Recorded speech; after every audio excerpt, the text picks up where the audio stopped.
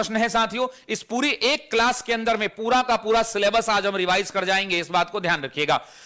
3 से 4 घंटे की आज क्लास होने वाली है। चंपारण में तिनकठिया प्रथा का तात्पर्य क्या था? The Tinkathia system in the Champaran means to 3/20 भूभाग पर नील की खेती करना।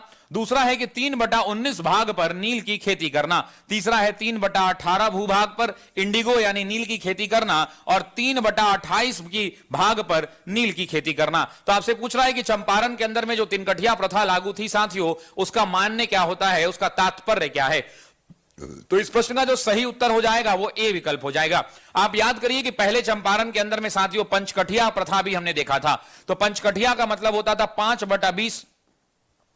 लेकिन साथियों जब 3 कठिया प्रथा की बात आती है तो 3 कठिया का मतलब होता है कि 3 कट्ठा जमीन। 3 कट्ठा जमीन कितने कट्ठा में? तो 20 कट्ठा में। यानी 1 बीघा के अंदर में अगर हम बात करें तो 1 बीघा के अंदर में यानी 20 कट्ठा में 3 कट्ठा जमीन। आप जानते हैं कि चंपारण के अंदर में अंग्रेजों की शोषणात्मक नीतियां लागू थी और अंग्रेज शोषण किया करते थे किसानों का। अंग्रेज क्या करते थे? तो जबरदस्ती साथियों अंग्रेज जबरदस्ती नील की खेती करवाते थे। नील आप जानते हैं साथियों कि नील एक कैश क्रॉप है, यानी नील एक नगदी फसल है।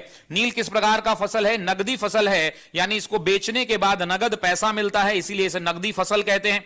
और इससे अंग्रेजों को काफी फायदा होता था। और नील की खेती कराने के बाद क्या होता था कि जबरन खेती कराते थे, जिससे जो नील की खेती करने के बाद जो भूमि होती थी वो बंजर हो जाता था साथियों। वो